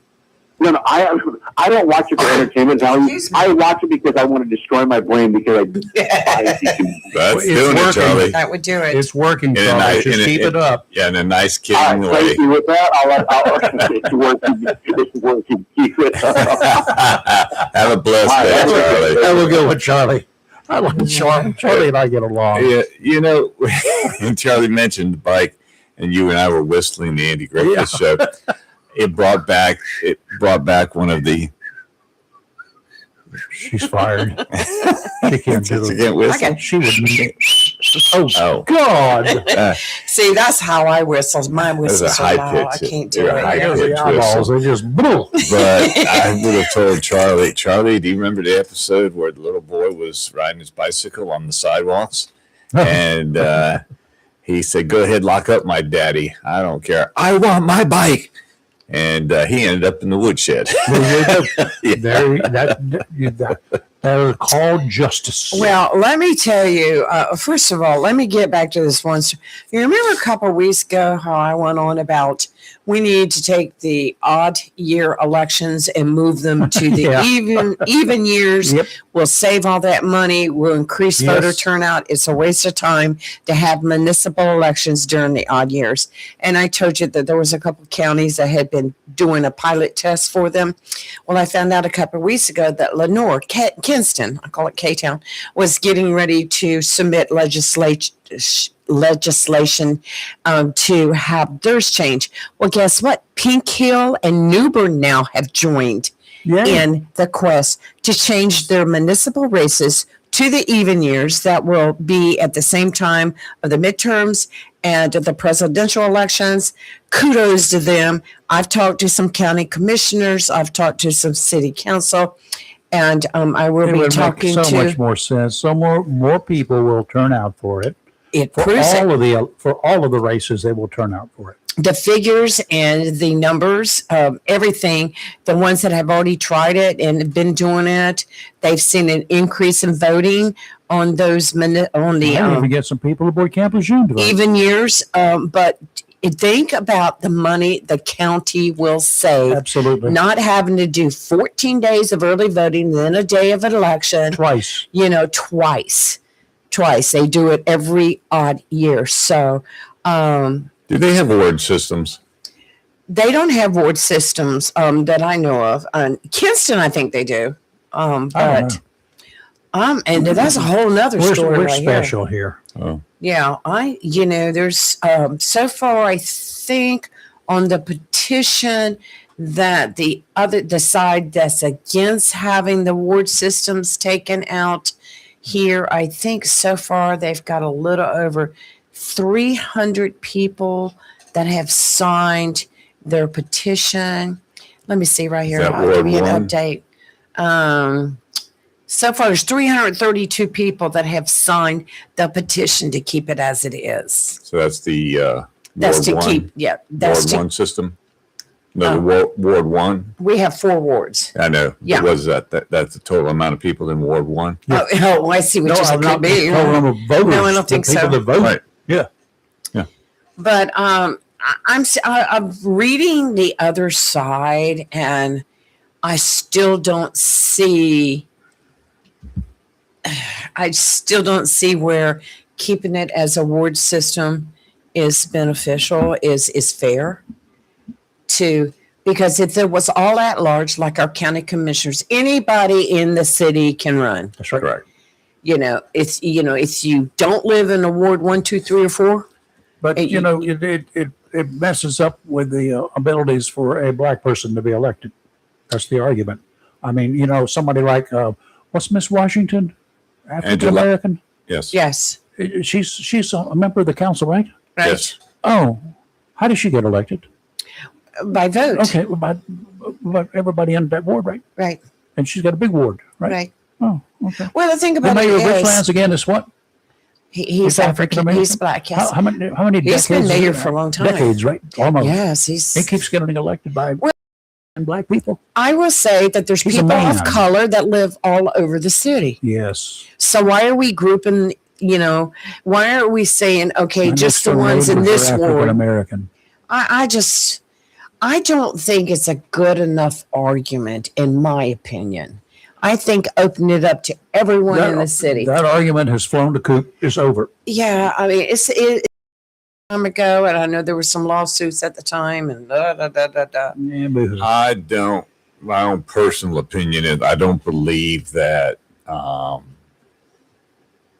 they would get that African American would have lack of representation on the board, and that's what it's about. That's all it is. It's the president of the NAACP. I saw him on Right. an interview last night, and he was saying have to get that him to it come would on. mean that there would be no representation. I Well, don't think you can say that. You That don't was know another point, You mean Chris. like Miss Washington? Pardon me? You mean like Miss Washington is a council person? He didn't say. He just thought Uh-huh. he just said, "I don't see. Uh-huh. I don't see that there would be representation on the board if it was not Well- because of ward systems." Uh-huh. I know Jerome, when he's been on the show and we've talked about it, he has said that there will be certain neighborhoods that have no representation on the board. My counterclaim to that is once you're elected, you're there to represent the entire city, not just a neighborhood. Well, is he saying that because he's in Ward 1 that he doesn't represent the rest of the city? that he doesn't care about the rest of the city, only the people who are living in Ward 1? Is that what he's saying? I'm not going to say I'm not going to say what he is saying. I know that when discussions are happening during council meetings, it's brought up. That ward is brought up. That the areas, there's roads, etc. Why is that so much more special than anywhere else? Speaking of mayors, we have the best mayor. We do, yes. We have a lot of good mayors in Onslow County. A lot of great mayors. The now ex-mayor of Dalton, Illinois, didn't even live in the town. Well, it's worse than that. We've seen those kinds of issues right here in eastern North Carolina in the past. Right. Caught the mayor of Carolina Beach not staying at what was best described as a vacation home years ago. He was not staying at his vacation home at Carolina Beach. He was actually living in Wilmington. But he was elected because he claimed his vacation home was his permanent resident. Well, former Mayor Tiffany Henyard, it's spelled Henyard, that's Henyard. Mayor Tiffany Henyard was not only not living in Dalton, Illinois, she wasn't even living in Illinois. Oh, yeah. She was acting as the mayor, collecting the mayor's paycheck while living in her home outside Atlanta, Georgia. Hotlanta. And all this time, she was planning on running for a seat on the Fulton County Commission. Fulton County is in Georgia. She got unelected, but not sure about her chances there either, because to throw a little fuel on her hair on fire day, the FBI has served subpoenas on the Illinois town of Dalton as they are investigating a land development scheme, maybe a scam, that's being done by the ex-mayor's boyfriend. She's got double trouble.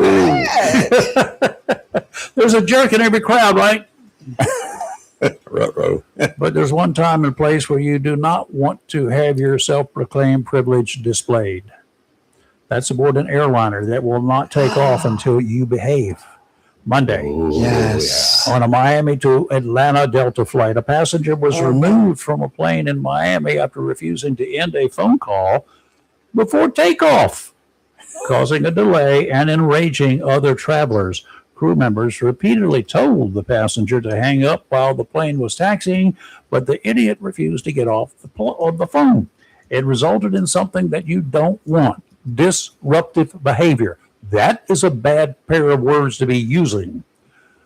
The plane was forced to return to the gate, where the passenger was removed from the airliner. Finally, it took off an hour late. Footage of the incident shows other passengers voicing frustration as the situation unfolded, with some urging the individual to be considerate of others on board. It was, get off the plane, they were saying. Get off the plane. All of the passengers had to deplane while the unruly individual was removed. They had to take them off first because they will not go on board a plane to forcibly remove a passenger for fear of creating damage to other people when they have to knock the stuffing out of him. I guess he gets the Dork Award of the week. Well, you know, yesterday. There you go. I knew you were going to go ahead. Yesterday, go ahead. Yesterday, on actually Delta flight. Yes. They had been sitting there for 3 hours because of thunderstorms. Oh, that's even worse. Yeah, because they can't run the air conditioning. And he said, "Take me back to the gate. I want to get off." Now he is standing at the door. Oh, we tried to open. He did. He did open the door. Oh, really? He opened the door, and so the pilot is heard going, "Yes, this is the captain speaking. I understand your situation." So I swear he picked up the phone that normally the flight attendants talk to the captain on, and they're having a conversation. And they go to the back, they go to the gate, and they take him off and got him for similar charges. Yeah. See, you wouldn't want to be, because we will not be flying the friendly skies or the unfriendly skies ever again. At least the plane was on the taxiway and not in the air. But I want to go back to mayors. Let's talk about mayors for a minute. We have a famous mayor in North Carolina now. This is involving Mooresville, Oh. Race City, USA. Mooresville Mayor Chris Carney. And this happened actually, it occurred in 2024, but suddenly all the video has gone viral, so it's like fresh. But it's video footage that has resurfaced of a North Carolina Republican caught without his pants inside the local town hall after hours with a female journalist. The incident involving Mooresville Mayor Chris Carney, a good story. he's become famous and has outraged and also amused people in the town nicknamed Race City USA after its long history with NASCAR. It's where Junior lives. The episode occurred in 2024, but is now bubbling up on multiple fronts. 3 former town employees are suing Mooresville officials, alleging retaliation for their efforts to preserve the footage or investigate. Town commissioners passed a no confidence vote this month, urging Mayor Carney to quit.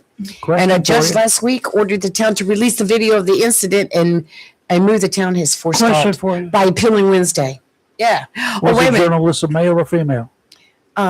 It said a female journalist. They said locals are apparently bewildered about what happened to the mayor's pants. Well, They're flying from the flagpole. I would say more than likely the news reporter was getting down to the bottom of the story. Oh. I just While UPS driver Dave Hummock said that is an insult to our city, who we put himself in that position. He's got to pay the price for what he did. I'm telling you, voters, those who don't vote are the ones responsible for things like that. Oh, this is what a mayor has publicly apologized for what he called an innocent visit to town hall, spurred by a bad reaction he had to alcohol and medication that eventually made him vomit. So he went to vomit. He has told people he took off his pants to clean the pants. He's trying to say, no, the reason why he had no pants on is because he got sick. He had a reaction. Why to did some the journalist alcohol. have no pants on? You know, the mayor. I mean, what about the journalist? Well, it's funny. He didn't mention the journalist in it. She must have just walked in about the time he took off his pants to clean them. Timing is everything. Oh, my gosh. Well, first of all, if that was true, why did you not lock the doors or something? should have been a To closed, keep Closed door session. Yeah, closed door session. yeah, closed door session. Yeah, you need to say, I moved it. We exclude everybody from this room except that journalist over there. Could you hang back for a little while and lock the doors on your way out? God almighty. I've got this. There's no lack of stupid. Stupid is, stupid does. Do stupid things, pay the consequences. Oh, you're on candid camera. If I I didn't could, realize there's cameras everywhere. Coleman, did you realize there was a camera out there on the beach house? I want to just mention real quick. Today's the last day to use your Crime Stopper tickets. Yes, I've at got two. Smithfields, and that was actually the reason I had to take that phone call. It was Heritage Elementary School in Richlands. They were ordering another plate. They've ordered 34 that I have to go pick up right after the Good show. for them. Yeah. And, Thank you, Heritage. Yeah, all of them. Thanks to Smithville too. Yeah. Yes. And They were very gracious when I went in the other day and a couple of days ago, and it's right there. What they had to deal with Filled you. it up. What? oh no, they are. Can I substitute green beans for the banana I pudding? didn't know. I just was nice. I said, they said, what two sides would you like? And I told them Very good, because I On both remember cases. last year you had some issues. they didn't have green beans. Hey, But I I've looked got- at the sign this time. I read what they've got. I'm not stupid. It takes me a while, but It takes a year later, I figured it out. Well, thank I you to have- everybody who supported. Yes, thank you. us. Thank you to everybody. I have a story that I want both your opinions on. Fire 'em. All right.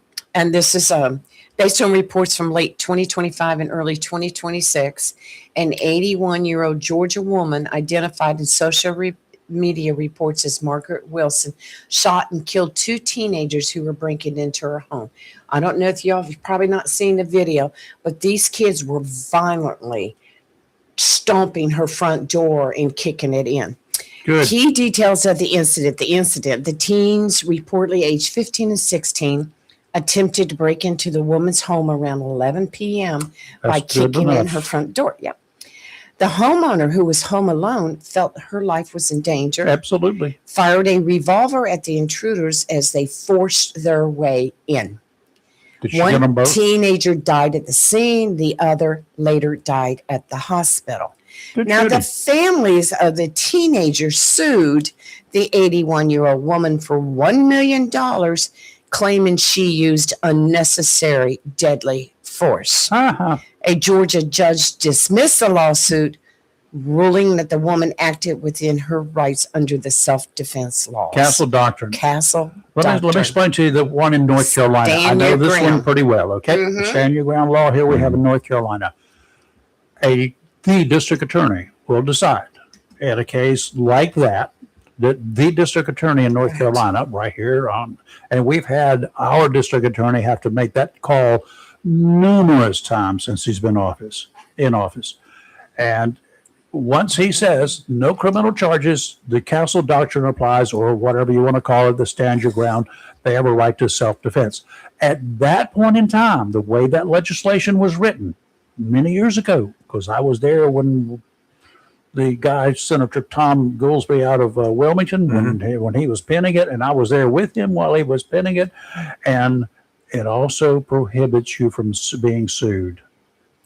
Well, you know, It takes care of the civil case and the criminal case. One signature, Well, done deal. look at the fact. She's an 81-year-old woman living Yes. alone. It's 11 o'clock at night, and these two teams, as Charlie calling, are just ripping her door down. Boom, boom. I'd shoot them too, and I don't have to be 81 to do it. I'm almost there. So, Jeez. Charlie's back. There's Hey, Charlie. Hey, Charlie. I've got one last thing to say because I just discovered this story on the news. Okay. It happened in Houston, Texas, where a child, bless his heart, he was denied a restroom at a local gas station, and I guess he was humiliated. Here's my point. If I own a business, why am I responsible to have a bathroom to provide for drug addicts, alcoholics, kids, grandmothers, grandfathers to defecate, to urinate? Why am I responsible for that? Now, the city government's like, this is a travesty. Why does the city government just have bathrooms on city streets where those people can go and take care of themselves? Now this business owner is being sued. Can you imagine owning a business and you have to clean the toilets of all these people coming to your establishment? It sickens me. You know, the grandmother's like, he's a good little boy. He just wanted to go to the bathroom. Well, he should have gone to the bathroom at home. Why does he need to go to the bathroom in my business? Am I nuts for saying this? Yes and no. Yeah. I disagree Which part? The yes or the with no? what Charlie said. When I was traveling a couple of weeks ago, when I was going out to work on the Habitat for Humanity house, which is shirt I'm wearing I today, see it. I got to where I really had to go. Gotta And go, just gotta go. when you gotta go, you know. And I was in the country, so I finally found a gas station store. Oh, that's true. Got out of the car, you know, kind of like, you know, Holding it. holding it together. And I got to the door, no public restrooms. I was like, and you know, I'm like, why? You're a public. Well, here's the situation. Why? As far as the law is concerned, and I'd have to go into it in depth. If you're serving food, Right. or if you're, you know, even if it's like a lunch counter or whatever, Mhm. you got to have one. It's required by the health They department. had food in there. If you have a restroom, most like gas stations, they got into this business when there became gas stations, service Right. stations, you call it, or whatever you wanted to call it, because they advertise clean restrooms. That was part of their calling card. That's what they did. Of course, quite often as the drug culture became the drug culture, they had restrooms you had to go into the side of the station to get this key that was attached to a 4-foot long 2x4. So you didn't take it home with it, chained to it with a padlock to be able to get in. I can understand what you're saying, Charlie. I appreciate the problems that the businesses have, but I don't know. I don't know how, you know. I haven't been caught in that situation. No, I agree. Listen, we all go to the bathroom. We all blah, blah, blah, blah. We go to the bathroom 3-4 times a day. But if I own a business, a taco stand, that's why I love Wendy's now. They're opening up these businesses where they're not allowing customers in. They're just outside places to sit. Yeah. But now, the grandmother's like, he's a good little boy, and they're going to destroy this guy's business. I mean, who cleans up? Okay, you can go to my bathroom in my business, but you have to clean up. No. We're not going to clean up. You're going to clean up your mess. That's the problem. Who wants to clean up that mess? I've been to Starbucks before. Hey, when you walk into Starbucks, you have people like, hey, what's the code to get in? Like, 22222. You go in there, the person stays in there for a half an hour, and then when you're a regular customer, like, can I use the bathroom? 2222. The person walks in like, this is really disgusting and gross. I'm going to sue you. It's a joke. No. Businesses should not be able to have bathrooms. I don't care. And now they're trying to destroy this guy's business because their little grandbaby. I would not. I don't know. Okay. Huh? I would not shop there. Yeah, I would just wouldn't shop there, whatever. Because All right, we got one more caller here before we close. Take care, Charlie. gotta go, Charlie. Thank you, Is this Steve? Steve. Hey, Steve. Hey, Steve. Hey, Steve. Steve, are you there? He left. I can understand to an extent what he's trying to say. If you owned your own business and you were continuously having to clean the bathrooms because of people soiling them. Yeah.